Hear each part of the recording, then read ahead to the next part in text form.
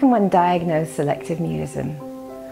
I'm often invited to school or placement meetings when a child with selective mutism is incorrectly diagnosed as any number of things, perhaps autistic, intellectually challenged, or oppositional, when what she or he is really suffering from is selective mutism.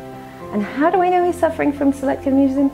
Because I've seen that child or teen at home interacting with his parents and siblings, communicating, showing normal or above normal intelligence and social skills.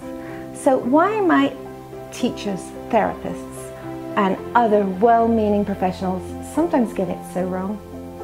Because selective mutism can be tricky to spot if you're not in the know. The presenting symptoms can appear to point to an underlying cause that is just not what is really happening. It's so frustrating when parents understand that their child has selective mutism, yet the professionals are skeptical and are throwing around incorrect, potentially harmful diagnoses. I must add that many teachers and professionals are aware of how selective mutism looks and diagnose accurately.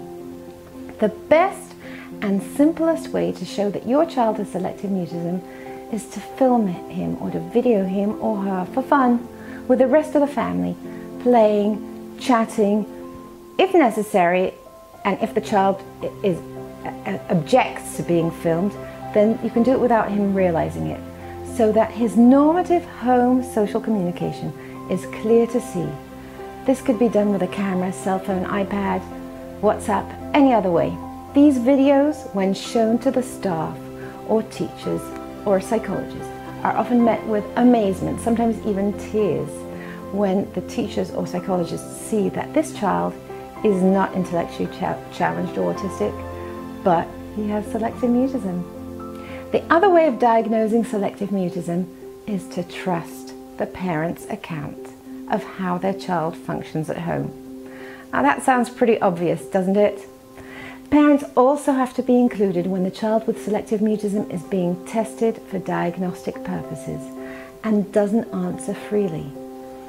Often, a child who doesn't answer because he can't, because he has selective mutism, will be significantly underestimated because the failure to answer is interpreted as a lack of ability or knowledge.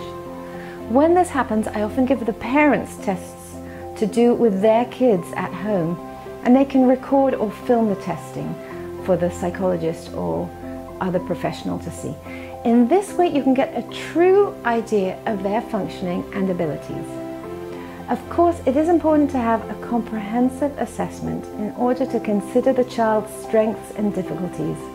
A child with selective mutism can have additional issues, and I've treated children who have both had autism and selective mutism, or have had selective mutism plus language difficulties or emotional issues that should be recognized and treated in addition to treating their selective mutism. To sum up, psychologists and teachers must always have in mind that parents are the greatest experts about their children's speech at home.